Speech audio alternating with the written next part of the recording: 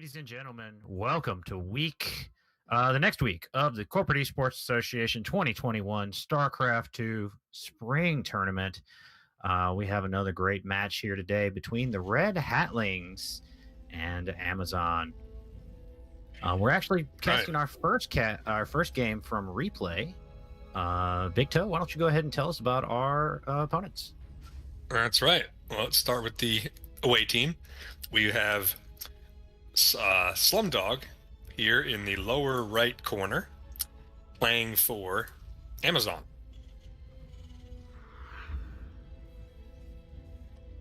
And in the upper left corner, we have wearing the red trunks for the Hatlings, Zip.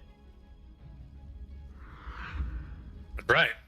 Starting off with the best matchup in all of StarCraft, Zerg versus Terran. So what do you expect to see in our matchup here between in our ZVT today? What's the current meta look like on the ladder there, Big Toe? Yeah, the current meta is overall pretty fast for all the matchups. ZVT is actually probably the slowest in my experience. Those mirrors, people don't want to play mirrors that much these days, it seems like, so they just rush. But yeah, ZVT is probably the slowest.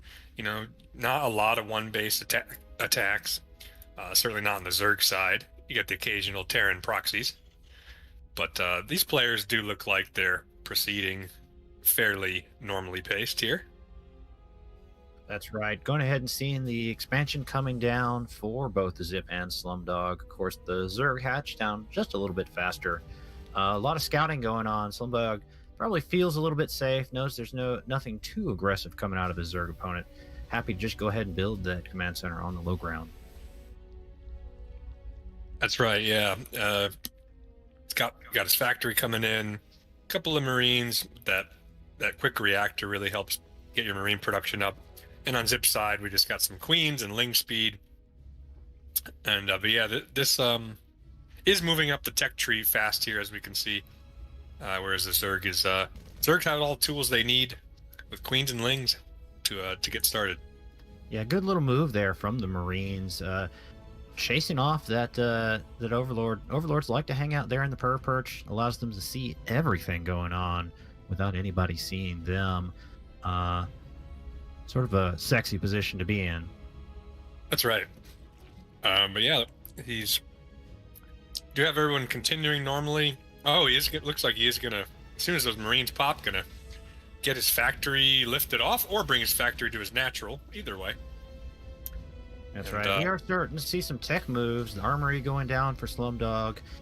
Maybe wants to get to those higher level mech units, or possibly just wants to a really slick move here, using the barracks as vision to go ahead and kind of peek his head over the fence there, catch an eye on that Spine Overlord and take it out. Not only is that denying Zip vision, but it's also denying him supply right now. He is supply blocked 49 of 44. Right, yeah, and just as bad timing to be supply blocked, as these units are moving out. Does have that armory finish now, so by the way, can turn these into Hellbats, which are pretty good against light units. That's right. Looks like we're going to see a little bit of pressure here early on. A lot of Lings in production are going to easily be able to surround this army. Hellbat's doing terrible damage on those Lings, but enough Roaches here to clean it up. Looks like Zip had a little bit of idea of his own to put on a little aggression as his units now start marching across the map. A huge discrepancy in army supply right now. Slumdog threw everything away, hoping to be a little cheeky, but Zip has all the army units on the map. Right, Zip just well prepared for that attack. Nice read on the build, and now these Lings are just going to get a total surround on the command center, force a lift, but he's got bigger problems and going to have to do everything he can to hold that ramp, with those Ravager Vials being particularly tough. That's right. He does have the bunker in a good position, is going to be able to chew away at those units. Gets a tank out. The tank's going to be really critical, but losing more and more workers as those vials are coming down from the Ravagers. We'll see how much Zip really wants to commit here. The tank sieged, a couple of Marines in that bunker. It's not looking good for Slumdog. Holy boy. When all else fails, you got to pull the boys, got to put them to work. But those Biles are gonna. Oh man, he is just in bad shape now. Nearly no army supply, just a couple of Marines. And a tank. However, there was no follow-up behind that quite yet for Zip, and Slumdog, just a hair breather, able to rebuild the wall, has a tank in position, pulling all those workers, all those linebackers, able to soak a lot of damage. Lings don't have a lot of health, so workers can take them out. So Slumdog just staying alive now, doing what he can, going ahead and building that third CC. Has visions of getting back into this game. That's right, yeah. And on Zip's side, doing a nice job of kind of reading the situation. You'll notice he is not building only units. He is taking a third. He's getting a bunch of drones. So maybe he has a sense that he's not going to be able to finish the game right now. That's right. Some good Biles there. Take out the tank, but another tank is going to be out in just a second. Continuing to add more and more Marines. These Lings not really going to be able to crack this, I don't think. Not without heavy losses. Not a killing blow, but Zip just opting to sit back. Maybe a little optimistic from Slumdog here. Thinks he's going to take his natural. Knows he needs to make a move, though. A lot of her Marines. A tank is in a great position, but I spoke too soon. That Overlord denied that position, so... loses another tank. Yeah, the story continuing to lose these tanks. Zip so good with his Ravager control, denying that Terran zone control. Yeah, it does look like Slumdog, of course, he'll be able to hold, but the longer this game goes on, mining off one base is just not going to go well for him. You're going to have to figure out how to get down there and secure that position. That's right. At this point, starting to run low on those minerals on that original line. Meanwhile, Zip going ahead and continuing to move up the tech tree. As they say, win ahead, get more ahead. Adding those Hydras, adding the Roach upgrades, is just going to be able to throw a bigger and badder army at Slumdog than Slumdog's going to be able to muster. Exactly. You're going to have all the tools, even getting the Baneling Nest, Roach speed. And Slumdog just doing what he can to secure a second base. And just another minor mistake there, losing the Overlord on the front line, just trying to gets a little bit of vision, but is supply blocked again. Adding Banelings now. Baneling Nest going down. It looks like Zip's just looking for all the options. That's right, yeah. And Slumdog hasn't transferred his workers over. It looks like he's over mining his main there. He's transferred a few that were idling until just now, so you gotta make sure you get all those little micro optimizations and stay ahead of the game. It's the only way he's going to be able to pull back into it. He needs Zip to make a lot of mistakes, and he needs to pull out some miracles of his own. Right, yeah, and of course, a high-ranked player, a Masters 2 player, I believe, Slumdog, and so it just goes to show sometimes you can get thrown off in a build and sort of have trouble getting your rhythm again. But it does look like his macro's kicking in. He's doing a nice job of setting up his base and getting the proper positioning. Yeah, but Zip doing a really good job, able to get in there with the Overseer, sees everything going on. Of course, not much to see, just sees Slumdog macroing up, trying to get his own economy infrastructure back in business. Zip opting not to put on a lot of aggression, just trying to build up those army numbers, and it looks like the big ball is moving across the map once again. That's right. He's got a whole load of Banelings, got some upgrades about to kick in, and has really all the tools he needs to low tech. I don't even think we have a medevac out yet. The first two are in production, so yeah, no healing on these timing here. You'd think Zip would want to attack on the timing with his 1-1 and Baneling speed, but 1-1 for those Marines is going to kick in at the exact same time, so not really an advantageous window. Yeah, but I like the positioning here from both players, actually. But here comes everything. Baneling's rolling in, Ravager Bile's going down, decides to pick up and head to the high ground, bailing on that position. But can he hold the third? I don't think so. He's going to have to pick that third up and regroup.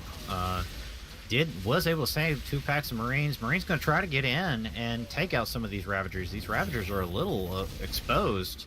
No lings, no roaches in front of them to protect them. Um, the is able to salvage the third, doesn't even have to fly it that far away. But again, the army supply differential is staggering. But the Yeah, medevac might be going in for a little bit of a cheeky play. Decides to go ahead and he's going to try to hold here at home with a reduced force and sneak in just 8 Marines. Try to slow yeah. down the economy. Just can't. Um, I don't know if he can hold his base, but he's certainly going to try to divert some attention and some micro away by this attack. that's Uh, right. Is able to hold the third now, and that medevac should have been scouted by Zip. Does have that Zergling pacing around the top corner of the map, but it looks like no response yet. These Marines going to get several drone kills, eight drones killed already. Going to try to pick off this queen, maybe get the hatch. Right, and a nice little move by Slumdog. I like to point this out for players: is you drop in a location where you're not attacking yet, and it forces your opponent to. Your opponent doesn't see you attacking until you're hitting their units. So just a nice little move. But this drop will get cleaned up, and they're gonna have to figure out what he's gonna do next. Yeah, some excellent micro here from Slumdog. Was able to do a whole lot of damage. Took that hatch down to half. Forced with just 8 Marines for Zip to pull his entire army back. This can be a little bit of a mistake you see from players who just basically move every unit they have back across the map to try to deal with the drop. 4 Marines in a medevac don't necessarily need everybody to come home for that. Yeah, they don't, and it looks like he's putting on pressure at the third as well. But these 2 Marines are gonna put in some work here, kill a couple of drones, and just see what they can do. Yeah, 10 workers killed for 8 Marines. That's a pretty solid trade.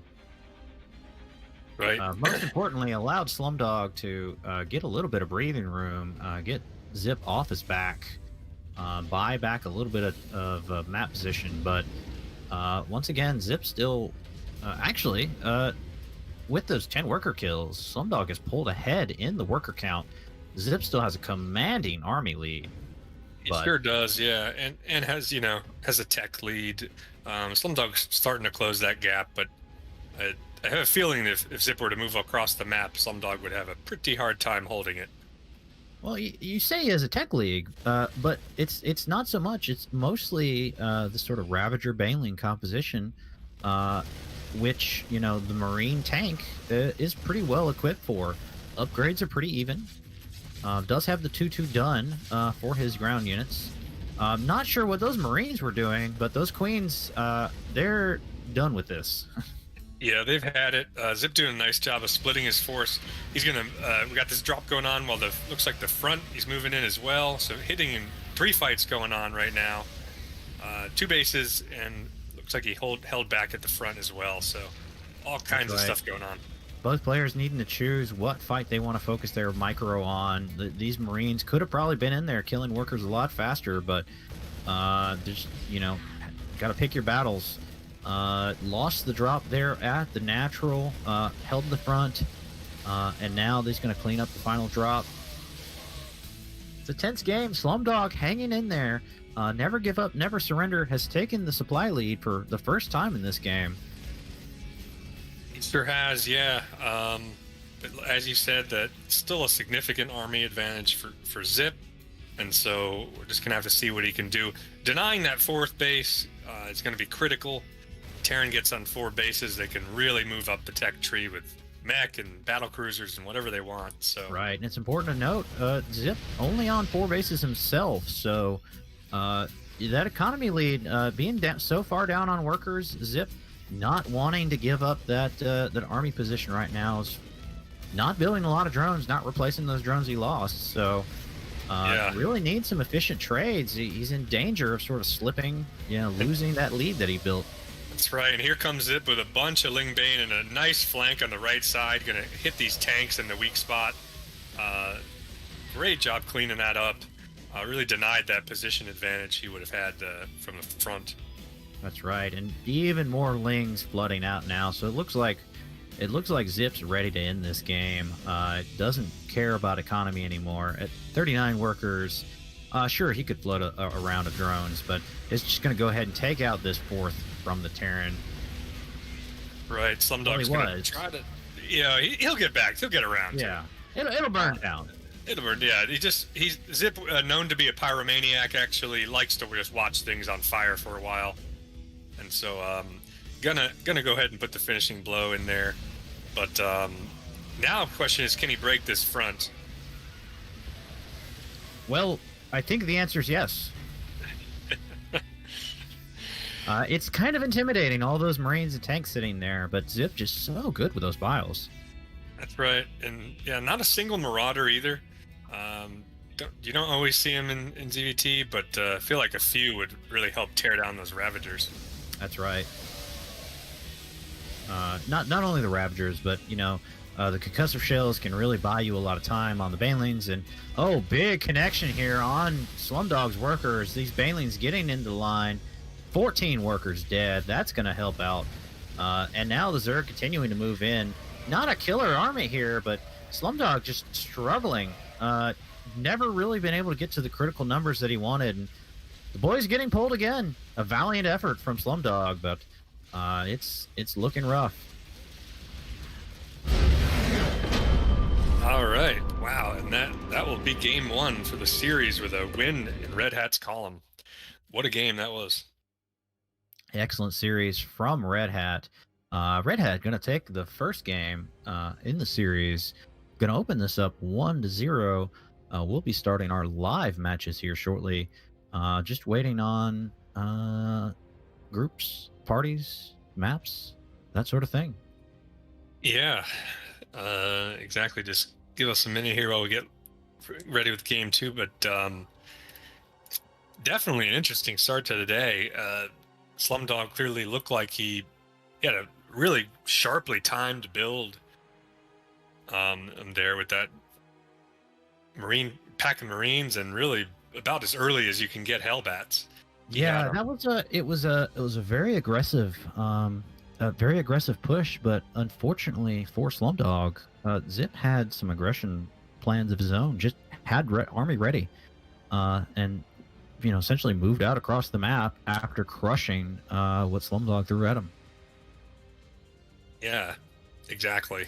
And Slumdog just kind of scrambling to... Looked like he was just scrambling to get it back into a rhythm. Part of the thing when you have a designated build, it's of course always good to have one, but when it doesn't go as planned, sometimes you're in a worse position, just not only literally in a game sense in a worse position, but also mentally to like, how do I get back to if I were playing a normal game? And so that's right. I would have liked to seen Zip had an issue with trying to he sort of went back and forth early on. He definitely pushed the went ahead, get ahead, build more bases, get that tech going. But then as the game sort of wore on, he was sort of allowing Slumdog to crawl back in, getting those drops, killing workers. Zip ended the game on a severe economic disadvantage. There's a good chance that if Slumdog was able to hold one or two more times, that his economic engine would have just cranked into full gear. Yeah, that's right. He was absolutely closing that gap as time went on, but Zip rightfully kind of probably realized this and knew that he had the army lead and had to make that finishing blow, and judged it correctly. So, but yeah, our second game of the day that we will be headed to soon will be a... Looks like it's going to be another ZVT on Pillars of Gold. That's right. Yeah, we'll have Patrick, aka Cephalopod, playing for Red Hat, and looks like from Google, or from Amazon Alexa, we will have, I don't even know how to say that, Siete Souls, Terran player. Siete Souls. Siete Souls. Does that mean, so the 7 souls? that where we're going? Is that what it here? Maybe. We'll just call him a Soul Man. Soul Man. Because I'm sure that he's going to be grooving. Yeah, if he were Protoss, I'd say the Soul Train might come out, but it just doesn't work. Yeah. We will be seeing the ZVP in map number 3. Looking forward to that one. A legend from early on in StarCraft 2, White Raw. Now apparently working for Amazon, playing on Alexa 12 pool, will be going up against Cyril from the Red Hatlings. Absolutely, and that we were just talking in our casting channel. Pretty exciting that we're going to get to cast a game from StarCraft legend like White Raw. It'll be interesting to see what he pulls out and whether we see any special tactics. And then we'll be wrapping up the cast, assuming it's needed, assuming Red Hat doesn't go 3-0, Cyril takes down White Raw, just utter domination. We will see a map number 4 on Death Aura, Mr. Sleep playing Zerg against NA, a Terran. A lot of TVZ. Right. Probably not unexpected, with a name like Hatlings. Certainly a Zerg bias on the Red Hat team. Of course, it's always interesting to see a lot of Terrans. Terrans, making a little bit of a comeback. They're not, not quite in as bad a position as they were in the past with the utter Zerg dominance of a couple of years, but always good to see a mixture of matches.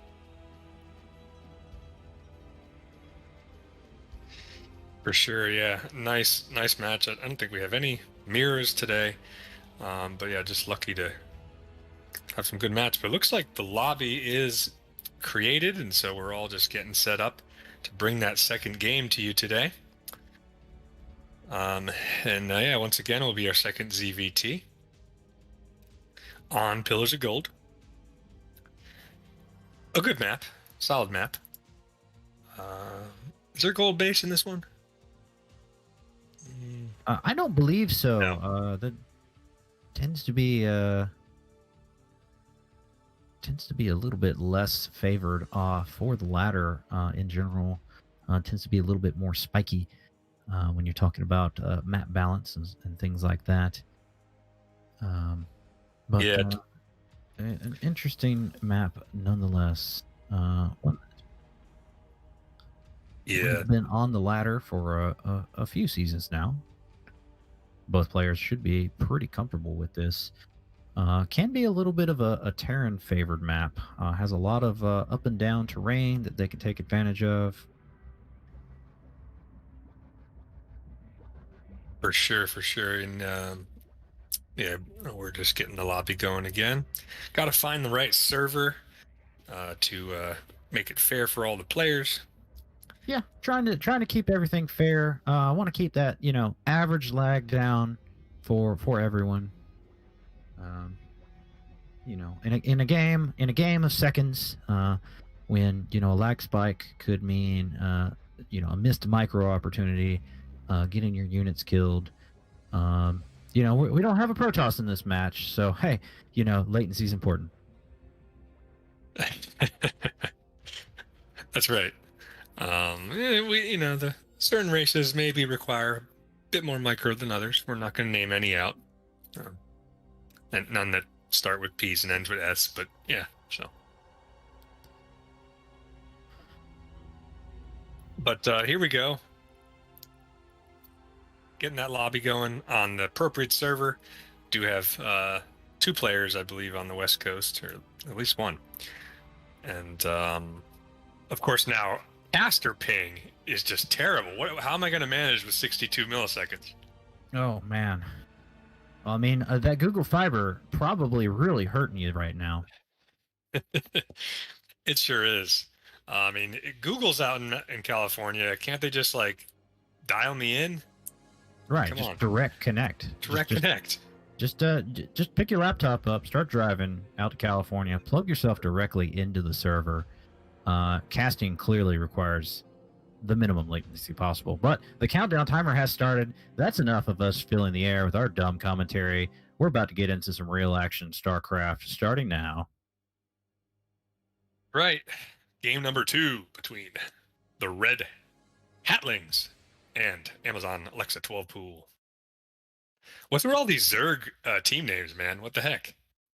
Well, the 12 Pool is sort of infamous. Zerg, I mean, how many other things can you say from StarCraft have sort of transcended the public consciousness where everybody knows what a Zerg rush is? That's true. My fiance, she doesn't know much about the game, but she does know Zerg Rush. That's right. But getting into the game now, starting in the lower left corner, wearing the orange trunks for Alexa 12 Pool, appropriately colored, as I might add, playing Terran, CEA. Right. And look at that nice logo there on the screen. Thank you, Damn Glam. And so in the top right, playing for the Red Hatlings, it is Cephalopod. We'll see. We'll see if Cephalopod opts for a little bit of a different build this time. Zip very aggressive in that build against Slumdog. Slumdog opting for a little bit of early pressure himself. Looks like Souls is going to go ahead and just go ahead and pre-move that barracks. Won't even have to move it. It's just going to go ahead and have room for that add-on. Clearly isn't worried about early aggression. Right. Yeah, just feeling pretty secure in the matchup. Again, this matchup is probably the slowest one on the ladder, and so players pretty comfortable. They got their units to make sure they're safe in the early on. So just gonna get that scouting SCV out. Might run into this Overlord. I don't think so. I think, well, nope. Especially with that little hitch route, Overlord's gonna scoot on by. Is gonna get in here, gonna take a look, gonna see this hatch popping. Not quite. But is gonna have a good idea of what that hatch timing is. Is gonna see the pull down, the gas. Very, very standard Zerg opening here. Just That's looking right. for small things like the timing. Wants to kind of see when that hatch pops to know, was it hatch first, was it pool first? Not very common to see pool first in this matchup, but you always want to be careful. That's right. And our 7 Souls player here, really just securing his base. Gonna use his Reaper to see into the minds and hearts of his enemy, and see what information you can gather. In the early game, this Marines is going to town on this. Can the Overlord make it to the Purge? I don't know. It looks like he can. Gonna be safe for now. Turns out Marines not that good. Not that good. Yeah. They're good. No one denies it, but one Marine against one Overlord. That Overlord clearly hustling. Clearly knew where he was going. But a couple of Lings just dribbling out. Didn't do anything with this Reaper. Now coming in with the Reaper. The Queen's keeping them away. Cephalopod being very active with those Queens. Queen's pretty underrated unit overall. They sure are. What can't they do, really? But yeah, these players just trying to get whatever information they can from a player. The higher you get up in this game, you can really learn a lot about what you see when you get in the enemy's base, what kind of tech pass, when they get their gas, how many drones they have, and so it just tells you how fast aggression's coming. Yeah, 7 Souls really struggling to get any scouting information with this Reaper. This Reaper just continues to be denied. Cephalopod, good positioning with his Queens, with his Lings. Reaper's just going to have to go home. That's right, but does have an SCV on patrol there on the 3rd, which is nice information, but bear with us a moment as we have our server position. Slumdog's having internet troubles. Might have been a reason why he just couldn't get that micro down in that last game, Except that game was played yesterday. That's true. Our viewers, you've revealed for our viewers the secret of our setup. I did mention that before the game. I know, I'm just kidding. But yeah, looks like he might be completely out here. Doesn't seem to be coming back online. Yep, Slumdog on a losing streak here. Just unfortunate. But we will get back into it as soon as he drops. That's right. Just one vote here, so this is a decision, a singular decision. It's a dictatorship, you might say. Mm-hmm. A little bit of slow match so far. Almost 4 minutes in, we're seeing a couple of roaches coming out, a couple of hellions. Looks like both sides building just enough army to be respectable, keep the other side from killing them. But now we see a significant commitment from Seven Souls getting the Banshee with Cloak. Yeah, Banshee with Cloak going to be pretty effective. These queens are pretty far off creep. You don't see that every day. And still going. And still going. They'll be here about 6 hours after the rest of the units, but that's okay because these lings and roaches are going to put a lot of pressure on this front door. And I'm not sure. There's a lot of hellions here, a lot of splash, and just not enough meat here. Is going to get a couple of Ravagers. Is going to be a little scary, but it will depend on. He has one Banshee out, second one in production. We'll see if he decides to go ahead and rally this across the map, or if he wants to use it for defense. Here come the lings, get a full surround on the bunker, gonna bile that down or kill his own lings. Sometimes that happens too. But gonna push everything back. I doubt he can move up that ramp with all that reinforcements, but is gonna have to lift his command center. That's right. Is rushing a tank out now. Between the tank and two Banshees, shouldn't have a whole lot of trouble holding this and driving this back, but the Queens have arrived just in time for the party to be half over. Yeah, there they are. Now they can throw down some heals on those Ravagers, but with that tank and the high ground and the Banshees, I think this attack is going to have to be put on hold. Yeah, so I mean, we saw some excellent. Well, there's the Cloak from the Banshees as Cloak finishes. Is going to go ahead and start taking down some of these critical units. Takes the one Queen down, and there's the GG. There's the GG. Gives up. Apparently had everything baked into that attack. Yeah, he did cut drones fairly early. I didn't quite think it was an all-in, but yeah, after the first map where we saw Slumdog hang in there and really come back.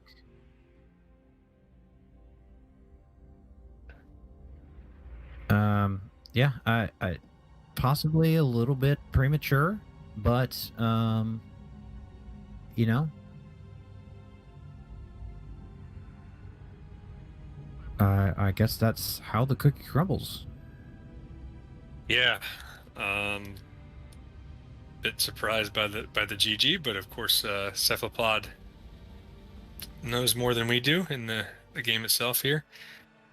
And yeah, we're gonna create a profile on the Europe server. This is the first. How do you say Tosano in European? Since that's a language. Sure, it's just Tosano.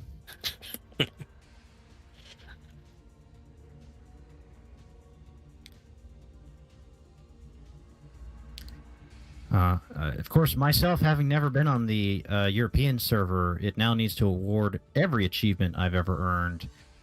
Clearly a indicator of how good I am at this game. It's the number of achievements that I have.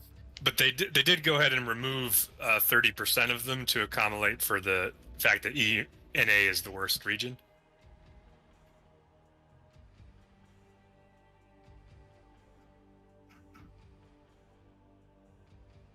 Arsenal, but I think we're going to do over let's just know name first. Yeah, I'm on East Coast. You're on East Coast? Yeah. It'll probably take. What was that? Okay. Bear with us a moment, everybody. We are just trying to make sure the players have the fairest game possible with moving servers. So we are now going to head back to the US server.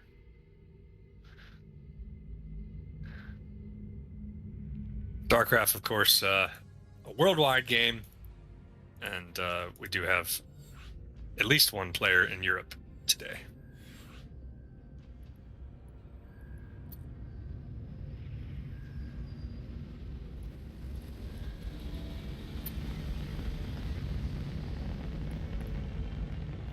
There we go. Getting the lobby loaded up for our third match of the day, which will be on Death Aura.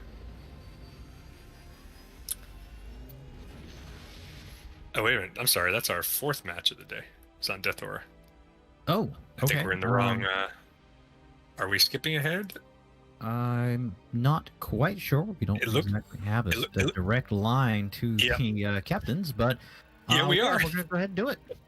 Yep. So it looks like the players are maybe just getting settled for third game. So anyway, with what was going to be the fourth game will now be the third. That will be between, as you can see, Mr. Sleep for Red Hat and Amazon. I don't know what to call this player. He doesn't have a name. I'm just at a loss for words as to what to call him. I mean, that guy. That guy'll work. Him. That one. Hey, Taryn, you. Hey, you. I mean, you is always, appropriate. Okay. And of course, starting up here in the upper left corner, it's that guy for who plays on Alexa the 12 pool. Yeah. Okay. Yeah, that's descriptive. Good. In the bottom right corner, playing for the Red Hatlings, it is Mr. Sleep. So, continuing our trend here, our third TVZ in a row. A lot of aggression so far in our matches. Just sort of getting that early tech aggression in both our matches. Of course, in both cases, the player who decided to push out first and try to put on a little pressure sort of got crushed in the second map there, of course. Cephalopod thrown in the towel immediately, while Slumdog fighting for his life for a good extended time. We'll see if the same thing can happen here between Mr. Sleep and the other guy. That's right. Yeah, and it'd just be interesting to see how this game goes. Are we gonna? It'd be nice to have at least one kind of long macro game of the day, right? Oh well, I mean, I'd argue that the map between Zip and Slumdog did go on for quite a while. Given the start that it had, pretty much turned into a macro match. But we'll see. Of course, this matchup doesn't necessarily lend itself to macro. Both sides not really wanting the other one to run away because both have the potential to sort of get those economic engines cranking. But getting a lot of scouting information, Mr. Sleep just allowing the SCV to chill in his mineral line is going to get all the information, which isn't much at this point. Yeah, exactly. Just checking for no cheekiness. I mean, had he seen more gas or no gas at all, that would give him some information. But just gonna get it. Proceed normally. Got his bunker. Some guy has his bunker nicely positioned with 3 Marines in it, and so that person will be ready for any Ling attacks that might come to that person. Right. And now the Overlord coming in is going to just kind of scout through the back door. We're going to get in and see everything that arguably someone might be doing. It's true. It's true. Someone could be doing that if someone wanted to. But how long can we keep this going? And so players moving up the tech tree. Again, we have that factory almost building. We've got that third base coming down. And this Overlord is not having a good day. He's not going to make it. Well, if there was turns out there might be someone there. That guy was able to take out the Overlord pretty easily. And of course, the bigger cost there is being supply blocked hard. Mr. Sleep was supply blocked, now got supply blocked again. That's right. Built a bunch of Overlords. Just immediately decides I don't want to worry about supply for the next 2 or 3 minutes. That's right. And just goes right on up in max supply and takes advantage of it. Builds 11 drones currently. Sure does, yeah. Just got Overlord speed as well. So he's just going to do everything he can to make sure he supports his Overlords. Interesting build here out of our Terran. Double Tech Lab factories. Getting tanks out. as well as the Widowmine, doesn't really have a lot of other units. That's right, and Mr. Sleep is going to see. He's got a Overlord going right through his base, but going to see everything he's got available, get a general idea of what's got going down. Sees the armory coming in, eBay, and kind of everything. Mm-hmm. And the eBay and the armory, just sort of indication with this double factory opener that it looks like if someone were to hypothetically do this, they'd probably be just turtling up, looking for sort of a later game mech build.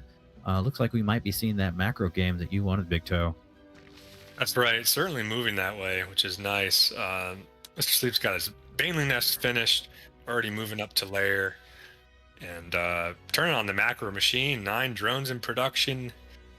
We are moving forward and got excellent map vision, I will say. Just look at the red on the mini map here. That's right. Just has overlords everywhere. We'll see when he moves out in 10 minutes. Yeah, yep. 10, 20 minutes. NR20. I think the players might have said NR20 in the chat. I didn't see, but must have missed it when we were switching between servers. That's right. It's the old server trick-a-ma-do. But turret does finish. It's gonna pound away at that Overlord. Is the Overlord gonna get out? Looking really rough. He's at 11 hit points, and the last the random turret sitting there on the little alcove finishes him off. How unfortunate. An Overlord popping in midair. It's a graphic animation. It is. I just about had to look away. It was rough. But these drones are going to transfer it on. Mr. Sleep moving up the tech tree. Roach Warren, Hydra Den, getting Ling speed, attack upgrades, kind of getting all the tools he needs to move him into the mid-game. That's right. Seeing all these tanks, seeing all those factories early on, getting all that scouting information, probably aiming to get some lurkers out. That's right. Yeah, lurkers real strong against a lot of the mech units. Tanks can give him trouble, but tanks aren't very mobile. So That's right. Just move around. Which is what all his Banelings, especially getting that Baneling speed, he's going to be very mobile, going to be able to get around the map, hope to get us around in the tanks, and then if a mech army from somebody were to roll up that didn't have tanks in it, the lurkers would just shred it. Right, that person would be in trouble. They certainly would. Of course, we are now 7 minutes into the game with a combined army supply of 60. That's right. That is unusual, to say the least. That turret wall, that sensor tower may be in there, but he's getting a lot of that defenses he needs. Looks like Mr. Sleep he's moving his army forward as well, so might be planning some kind of an assault. But this is a planetary, and there you go, a bunch of Banelings morphing, a lot of Lings, maybe just trying to deny a base. Mech armor just about to finish. That's gonna make those tanks just a hair beefier. Baneling's not gonna be super effective, but those tanks are spread pretty thin, so we'll see if Mr. Sleep is able to get in and do some damage. Has 4 bases to the Terran's 3 in the position that he wants. Has the Lurker Den going down. Has the Infestation Pit going down. Just getting all the Zerg tech. Really going to be able to build any unit he wants. Yeah, he sure is. He's got all the tools available. And yet looks like he might even be moving up to Hive pretty soon. So, yeah, 80 workers. And, of course, the Terran player has a larger army, but it doesn't really matter. It had 3 tanks in production, so it looks like just going to build tanks. Actually, he might just be building tanks. I mean, they're a good unit, That's actually... It doesn't necessarily bode well for Mr. Sleep here. Is punching out a bunch of Hydras. Looks like the Lurker Dead's about to finish. He may want to transition into it, but the Hydras are not going to be especially effective, or the Lurkers are not going to be especially effective against this very tank-heavy comp. That is true. Yeah, but Mr. Sleep's his economy, though, I will say, is just looking so strong. He's just got all the workers he needs, and now getting all the tech available. So I feel like he could transition out of this if he needed to, maybe into some Broodlords. That's right, but I'm not. Yeah, that's a long, slow process, and now with 4 Thors in production, Mr. Sleep is in an awkward position. Yes, of course.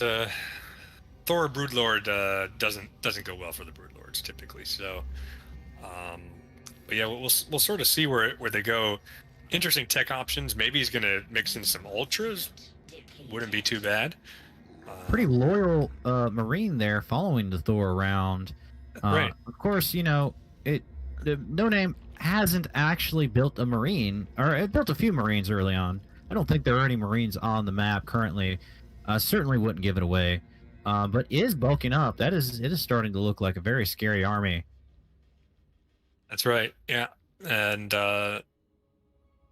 once Terran, you allow Terran to max on Thor tank, how bad it can be really tough for the Zerg to engage without just the right tools. It requires a higher micro battle with Vipers and Infestors. Yeah, not even Hellbat, but it just has so many tanks from basically turtling up for so long. It's going to be very difficult for somebody to move across the map with that many tanks, but Mr. Sleep is going to max out first. He's probably going to be looking to take the first engagement. Zerg have problems with rocks. Has been established over and over and over again. Hey man, stop fracking. That's right. Is opting to allow those rocks to survive another day. Yeah, I think he targeted his own Marine there, thinking it was a. Yeah, he was looking for the Benedict Arnold in the pack, and unfortunately, sometimes there are casualties when you go doing that. Click the wrong one. Lurkers are going to get right up on top of this army and burrow.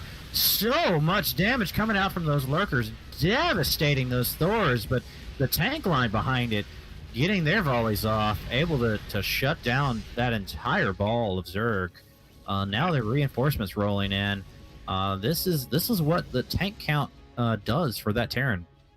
It sure does. It puts the Zerg in a position where they really have to time their attacks and try to catch those tanks unsieged. He's going to do that right now. Brings in a huge pack of Lurkers, focuses on the tanks. Nice move by Mr. Sleep. Some Hydra support on the high ground. These are basically suicidal Lurkers. They're just jumping on top of this mech army. Those tanks so far out of position, unsieged. They're just so vulnerable. And Lurkers doing the good Lord's work, taking out that mech ball. A Terran in this position is looking rough. So hard. It takes so long to build all those units. That's right, yeah. And again, he is a 3-base Terran versus a 5-base Zerg. That's right. And the upgrade's looking very good. About to finish 3 armor and starting 3 weapons on his mech boys, but Mr. Sleep not far behind, getting the 3 attack in. And honestly, do you even need armor when your Lurkers can just jump on the enemy and get the first volley off? That's right. Does the armor even have a chance to trigger? But yeah, Mr. Sleep looks like someone's trying to get some vision of the map, just gauging what position this person might be in. And there goes that Overlord poop. It's just it's a stinky one. And that's so right. Yes, in this case, the Zerg, Mr. Sleep has taken a really strong map position, able to, getting past the 4th base. Those 4 bases, pretty relatively easy to defend. Your 5th base gets really tricky. Mr. Sleep opting to go out wide, take those 2 wide bases for his 5th and 6th. The Terran is not going to be able to easily take either one of those. And certainly, if he decided to try to defend one side, isn't going to be no position to defend the other. That's really the disadvantage of this big, bulky, slow army. Yeah, for sure. It's good for kind of being a wall and just an iron thing, but Looks like these Hellions run by at Mr. Sleep's fifth there. Yeah. Trying to get in, doesn't get much done. I don't think there was much there to start with. But there was an army to deal with them. Yeah. Again, like as you said, that is the fault of this. It's kind of a slow move. It's Terran's equivalent of the death ball, but really good defensively, but kind of hard to make things happen. Mr. Sleep just has a commanding presence on the map here.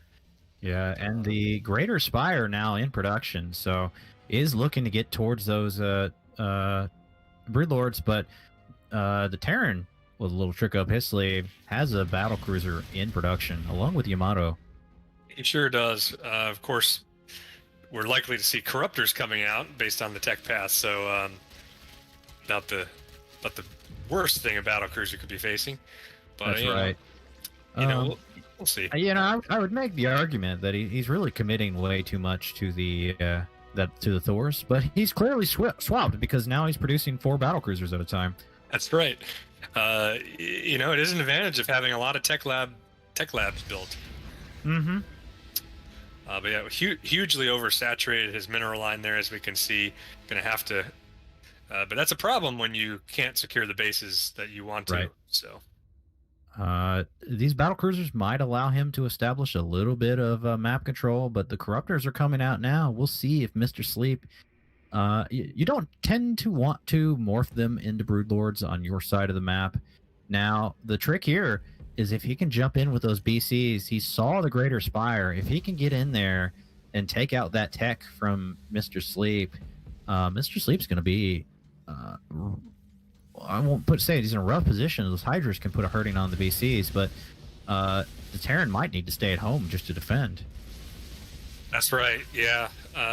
Just kind of pinning him in, slowing down. Going to kill this command center. Doesn't even get a cancel on it. Not that he needs the money, but he does need the base. Does reveal his BCs now, along with a couple of Ravens there. Going to be really effective. Terran does have all the tools it needs to kind of deal with these lurkers now. So the Broodlords are getting morphed. That's right, yeah.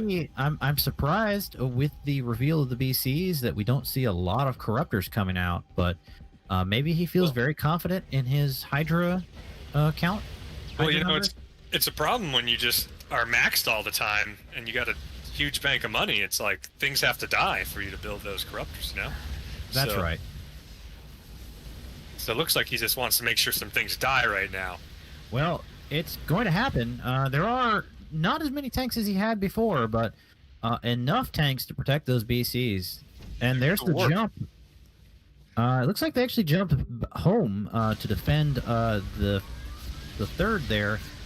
Some sneaky Broodlords. Looks like Mr. Sleep morphed them on the side of the map and was trying to do the old Broodlord run by. Yeah. Do you think he might be saying that? But there it is. Yeah, he's going to try, but I'll point out he's surrounded by creep on basically all sides. And so no retreat path to be found here. He's working to clear it, though. It's not clear. Mr. Sleep, of course, maxed out. But building 26 Lings, probably not the best counter to what we see on the map from the Terran right now. But those tanks are very exposed, able to get around.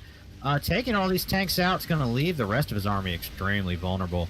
Yeah, but he is losing a lot of Hydras, though. Mr. Sleep fighting in a choke point there, really moving into a huge concave for his opponent there, whoever it is. So it's just a challenge. Yeah, Mr. Sleep's got all the resources and ability to make, but just not building the units he needs to deal with these BCs, which are Corruptors. That's right. Yeah, it's not clear. It has taken out the tanks now. Just a couple of Thors left on the map. I would like to see the Corruptors fly in, and like a Corruptor Lings can get the surround on those Thors. Here come the mules. Is morphing Banelings now. Yeah, those will help clean up. Looks like he's probably going to clean up all the ground forces. Right. But he's still got a bit of a problem in the air. They're not actually that effective against the Thors. The Thors and more BCs marching across the map. I'm not sure what Mr. Sleep's doing. Yeah, he's struggling now with. I will say some person has really made a clever decision to not go for outer bases and to push up the center, which the way the Zerg reinforces, it can be really challenging when your opponent is between all your reinforcements. And it is, especially if you're not watching those rallies. Now losing all his tech, loses the Hydra Den, loses the Lurker Den, isn't going to have enough here to take out those BCs. Just a scary amount of damage coming out from our Terran. Of course, Terran had a healthy bank, but that's going to beat the GG. Yeah, a tough one there for Mr. Sleep and Red Hat. An interesting game. You don't often see kind of this heavy commitment to BC at the end of a game. It's you see the rush, or you see this kind of it just doesn't happen that way typically. So he just kind of got caught off guard. Well, if you look at the position he was in, had so many tanks early on, so he was ready for the Lurker transition. When the Lurkers jumped on his army and wiped him out pretty good. I mean, you can always produce one unit at a time out of those tech lab factories. So are you going to build a Thor, or are you going to build a tank? Really, you need a mix. He had the infrastructure to do that, but committed to building a lot more Thors, and knew that if Mr. Sleep was going to stick with the ground game, stick with that Hydra Lurker, that he needed to do something different. And the BC transition was expensive. Building all those starports and paying for those battle cruisers left him very vulnerable. But he maintained his map control, kept the army out on the map. Mr. Sleep never really got in and did a lot of damage. That Broodlord run by, if you will, didn't really do much damage. It's hard to say. I think if Mr. Sleep could have held, maybe made a few different unit choices that were towards the end, I think that the Terran was about to get choked out. Yeah, I mean, I'll go back to what I said a minute ago, and I think it was a really clever move he made. Typically, sometimes when you're going for the attack, you'll try to pick up the periphery bases and your opponent's most recent bases, not only because they're easiest to kill, but they're most they have the most minerals left. And so this person made an interesting decision to just go straight kind of beeline towards the main. And considering his opponent had a ground-based army, meaning it was coming in from all directions of the hatches, it was just he was constantly having to micro and fight small packs of Hydras. Well, it wasn't actually a beeline towards the main. He did actually swing around through that upper wide expansion and kind of worked his way through there. Of course, he was reinforcing straight through the middle of the map.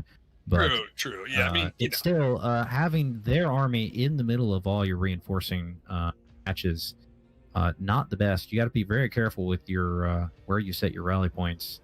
I'm still a little confused after the BC reveal at the lack of corruptors. Maybe Mr. Sleep was a little concerned about the number of Thors on the field, but throwing all of those Lings and Banes at what was mostly an army of BCs was sort of a clear miscalculation. Yeah, I think we're of course watching with the God perspective in observing, and I have a feeling he didn't realize just how many BCs were being made. He did see, yes, he saw about 3, maybe 4, but we were talking 8 or 9 BCs were popping out, and so it was a full kind of transition.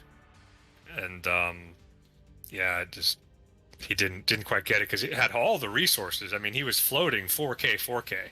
Mm-hmm. But maybe just didn't have the right injects, didn't have the right positioning. But yeah, definitely a winnable game for Mr. Sleep. But yeah, well played by both players.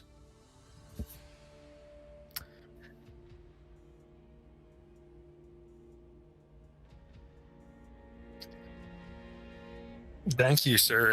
And is your mic active, Damgam, for the stream? Just it's not okay.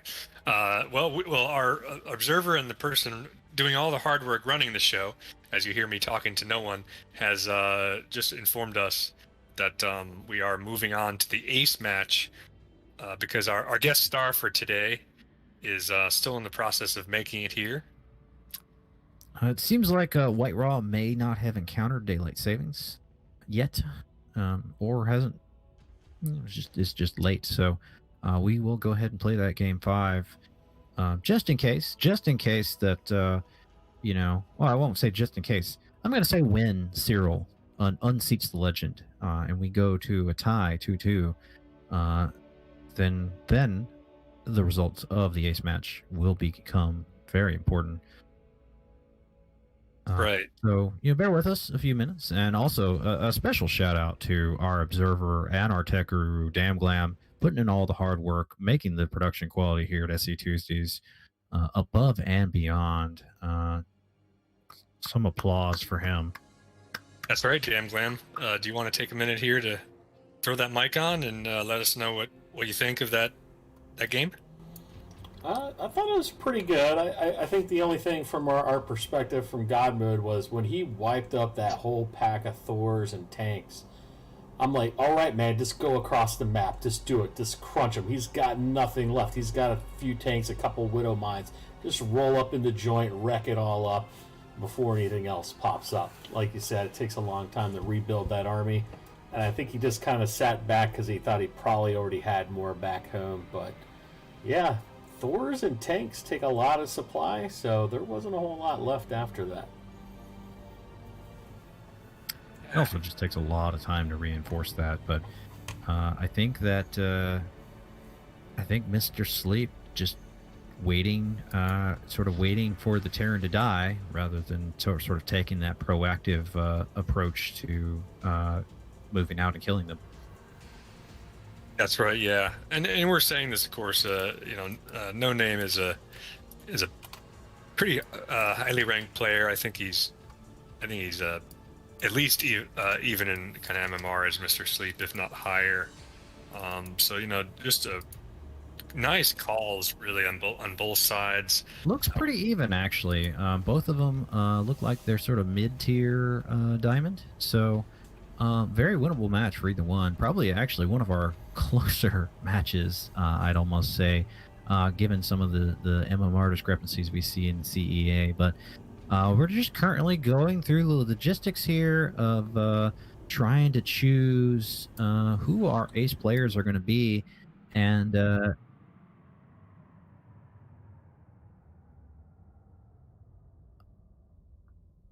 Oh, Seven Souls is back. Okay. Seven Souls against Cyril.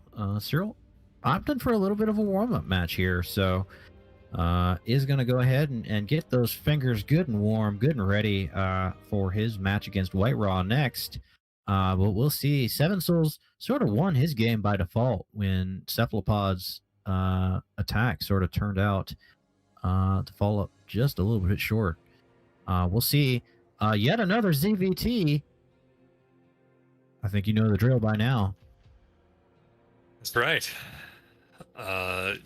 Greatest matchup of all time. So we're gonna get more of it. But yeah, we will go ahead again with our ace match here, which we've skipped game 3, and so it is a little bit out of order. But we're gonna get into it, and we do have Cyril playing against Seven Souls. Again, who is definitely a higher ranked player, the player from Amazon, but we'll see if Cyril has had a pretty good record in the CEA so far. So we'll see what he can get done.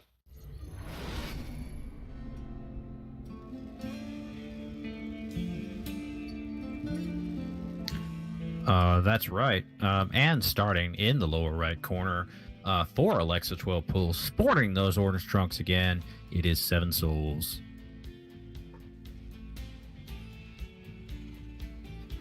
And in the top left corner, playing for the red Hatlings today, it is Cyril. Not to be confused with Cyril.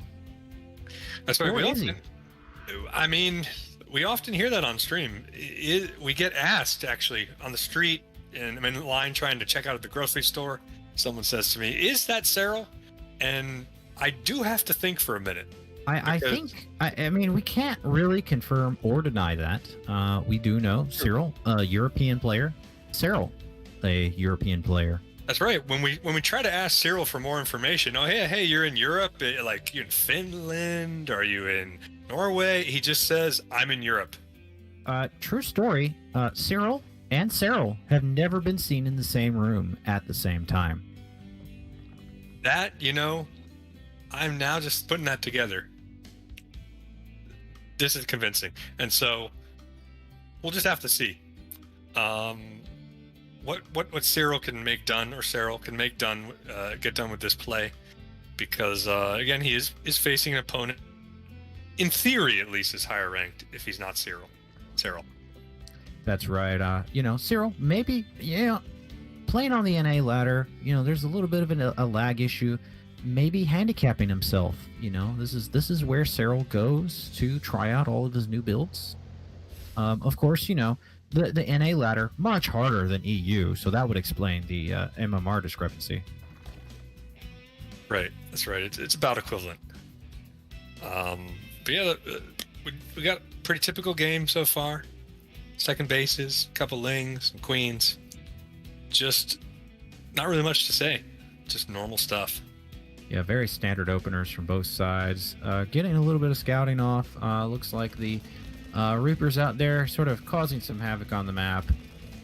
Marine chasing off the Overlord. Overlord trying to squeeze in that little tiny perch so he can keep an eye on things as they happen. Right. He's got to be able to see everything, and doesn't want to be seen himself. But that's SCV. Oh man. Oh, that was just brutal. It's going to know, at the very least, that Cyril hasn't dropped a very early hatch. Really kind of wanted to see the timing of it, so he would know for his own tech transitions. But we're sort of moving on up. Seven Souls opting for that tech path now. Looks like this might be the same build he pulled off last time. The tech lab going down on the something with the starport on the way. We could see another Banshee rush. No, the something was last game. That was the something with the someone. This is the other guy. The other guy, yeah. Reaper getting in, not seeing a whole lot. He's going to see the extra queen being built.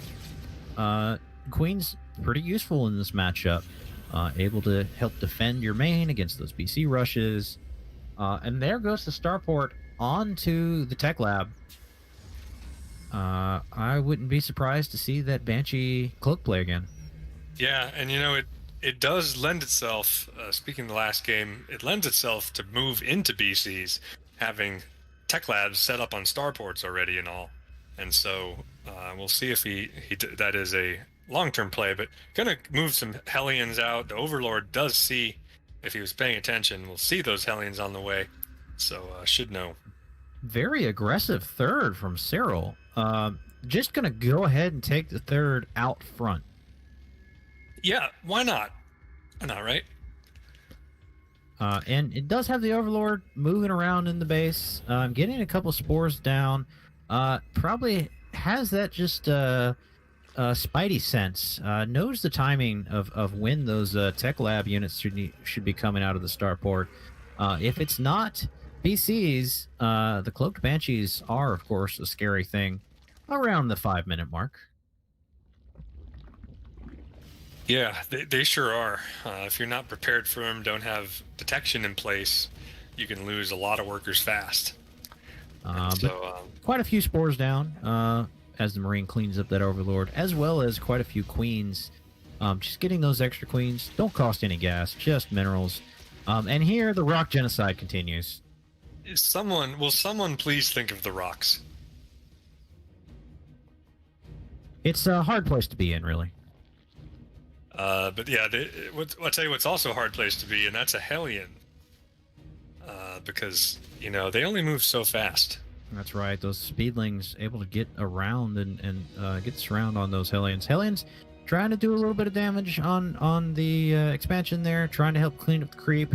But the Banshees now going to see what they can get done.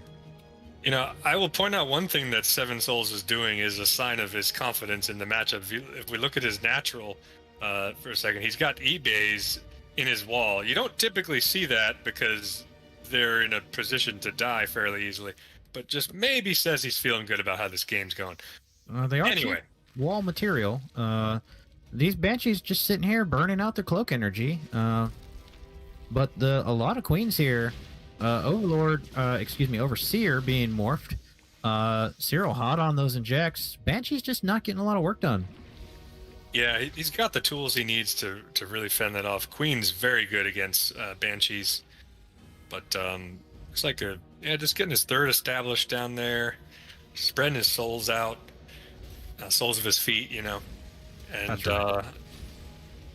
Yeah, killing the lane. I think one of the interesting consequences of Cyril taking that forward base is that he's going to be able to now take what would have been his normal third, and it's going to be a lot easier to protect down the road. He's going to have started mining out that forward base. He actually took the fourth in the corner. Maybe he just decided I don't want this base. It had a smell to it when he got there. It smelled like Banshee fire. One Banshee does get stopped, the other one flying on out. Both of those boys out of energy. It's going to go ahead and get that fourth down, though. So Cyril trying to go up to 5 bases in an unusual order, you might say. But those 2 medevacs going to hope to take out the other corner. Yep, we do have that double drop. Thank you, Dan Glam. And just more rock clearing. Got a bunch of Banelings morphing. Going to make sure he has these tools to clean up these Marines. But yeah, I agree. I think that base timing was pretty smart. He's going to have creep around it. But meanwhile, he's going to have to protect his first 4th base, which does get canceled. It's not being protected. It's an interesting position because in this situation where the Marines are sitting up there, it's really hard for Cyril to reinforce that against the high ground. But once you can get established up there and you have the high ground, it can be a little easier to defend. But another drop moving up to the upper side. Looks like he's going to look for some multi-pronged assaults here. Right, yeah. These higher level games, we do see more of that. These Marines coming in, probably just a distraction.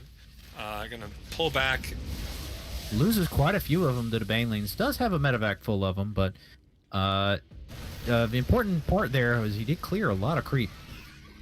He sure did.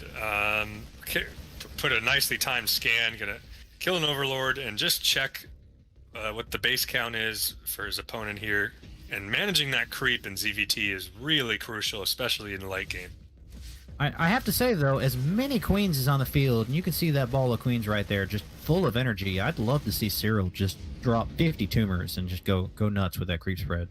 Yeah, he really doesn't need it for much else. And now coming in at the top here, the dual prongs are striking. Does get the hatch.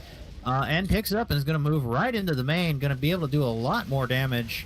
Medevacs keeping their stim boys good and topped off. Yeah. Meanwhile, coming in from the other side as well, just so much aggression here out of our Terran. Drops all over the place. Not able to respond quick enough to deal with them. That's right. He's going to again target this hatch. Does get the cancel off to save those minerals. But the important point is he is keeping him on 3 bases. Versus a 3 soon to be 4 base Terran, which is not what you want. That's right, and maintaining the supply lead and the army lead as well. A 40 supply lead and counting in army. That's a little scary. It sure is. Yeah, that tank positioning is really nice here. They're gonna try to move in on the Marines, but changes his mind, seeing that tank fire come down. And look at the splits.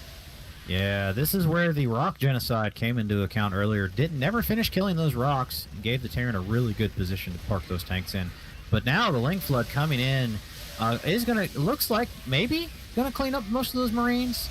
And is gonna start jumping on the reinforcements now. But just in those tanks in perfect position to clean up all of the ground units from the Zerg. Yeah, Really nicely played. He's going to, again, target the hatch just denying the Zerg. Oh, wow, okay. Cyril not too happy with how that game went. But that will be the third win. Am I correct? Third win for Amazon? Well, it's not official yet. So, okay. If Cyril were to defeat Right Raw, the ace match would come into account, and then Amazon would win 3-2. If Cyril loses to White Raw, then Amazon wins 3-1. So,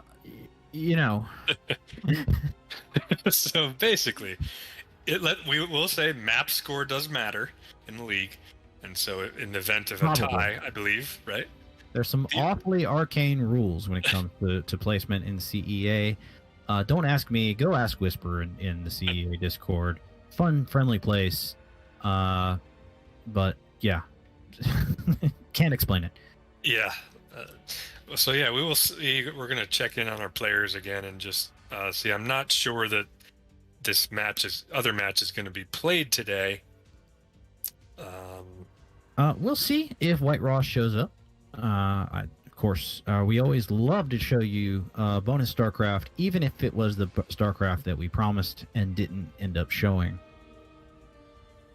That's right. We got to boost that stream count somehow. So you may hear us. You may hear us say that Marine King made his return to be on our stream, or Boxer has come back, whatever it might be. Yeah. Oh, clearly. MVP. MVP. Yeah, MVP. Yep. He's back. Notice how we named all Terrans. There's no bias here. I mean, yeah, we might even get a guest appearance from DeMuslim. Yep. He's hanging up the caster hat. But it looks like our teams are just checking in to see if maybe some special internet tactics might have delayed our star player or something like that. But it's sort of an intimidation factor. He just shows up fashionably late. That's true. He's got to it's the equivalent of being lowered down from the ceiling in WWE. He's deserving. Yeah. I think for it to be a fair fight here, with him working at Amazon, I want to know, is he going to play not using a keyboard and just asking Alexa to build a base and defend it? It's like, Alexa, build base. I mean, does that work? Does Alexa play StarCraft yet? I mean, Google's got AlphaStar. What's Amazon got in the works? That's right. Clearly falling behind in the tech race. That's true. This could be the unveil of Alexa SC2. That'd be impressive. Turns out it's just White Raw playing StarCraft. I mean, the name is very similar. So, I mean, if you say Alexa with a Ukrainian accent, it sounds like his real name. Just saying. You're saying Alexei? Alexei, yeah. Yeah. I mean, it could be that, he actually is just experiencing extremely heavy lag, like on the order of 60 minutes. And the game's about to pop up just any minute now. That's true. We'll see what happens. We do have some players exchanging some fun comments here, back and forth, while we wait to see if our game number 3 is going to happen. The anticipation could not be any higher, but we will see. Cyril is warmed up now and ready to go, and he will need it. I have last heard, we were just doing a little research on White Raw's current MMR, and it's around 5,000, and so it is not over 9,000 though, and it is not. To Cyril's credit, punching above his weight class, played very well in that last game. Made a lot of very smart moves. I thought that maybe threw his opponent off in a couple of cases. Completely denied the Banshees. Built a lot of queens early on. It just sort of towards the end, those drops, those medevacs full of Marines, just sort of split them up. I think sort of got into his head. Yeah, definitely. Some nice multi-prong harassment, and each time he just focused exclusively on the hatches. That can be that can be a good strategy if you really go for it. You don't want to kind of like split between your decision making. Go for drones a little bit. Go for one hatch. He was really just always targeting the hatches, and that just means the Zerg not only doesn't have the mining, they don't have the production to deal with your aggression. That's right. Just sort of choking him out a little bit, and again, had all those queens, maybe could have gotten more creep onto the map faster. To help. Terran, as soon as they see the edge of that creep, they hit siege on their tanks and sort of stop moving forward. Had that creep line been significantly forward, maybe you stop some of that aggression. Maybe you see some of it coming. It's easy to sort of pick it apart and look at the small things, but honestly, very solid game from Cyril all around. Definitely, yeah, a nicely played game. I feel like he was really close to 7 souls, but when you have just 1 soul and the other player has 7, it's a tough game.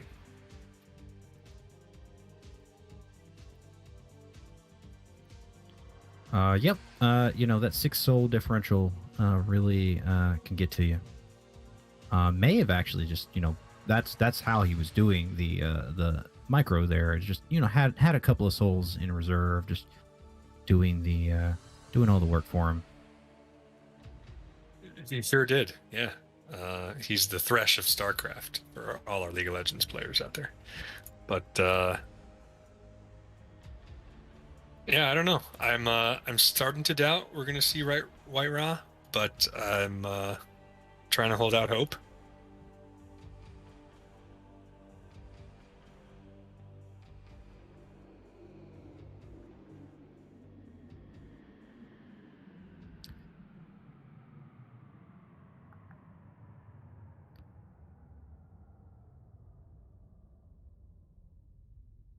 That was a good year of StarCraft.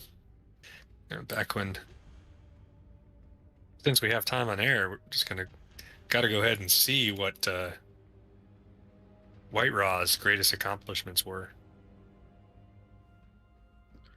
I believe he was king of the beta. King of the beta, yeah, that sounds about right. I'm pretty sure. If you remember, way back in the day, day 9, running the tournaments, doing a lot of casting. Of course, White Ra, a pretty infamous Brood War player before stepping into StarCraft 2. That's right. He's 40 years old now, by the way. So yeah, definitely. Grandpa Toss. Yeah, absolutely. So it was like 2-2, and we lost our. Yo. No, they're going to call a forfeit on the second one, but I told Slum, if you get a hold of him and he wants to play, I bet you Cyril will play, and I'll just schedule it between the two of them. Absolutely, yeah. I'll ding everybody. Oh.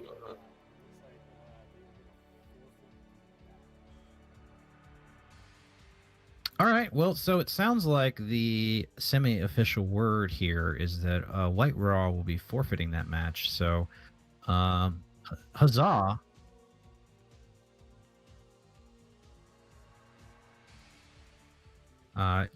Isn't going to change the end result here. So we may see at a later date a matchup between Cyril and White Raw. Cyril's out for blood. He got all worked up to play a pro gamer, not this no-name scrub that he ended up facing. So we'll see. Stay tuned on the Starcraft Tuesdays YouTube channel, and we will put up the videos and the stream and the casting if the situation should arise. That's right. Well, and again, that'll close it out for today. Thank you for joining us. I am Big Tasano, and I am joined by... I'm Eagle Searcher. And damn Glam. And once again, thank you, Dan, for making it all happen today. And that'll do it for close out the week for Red Hat. We will be back with more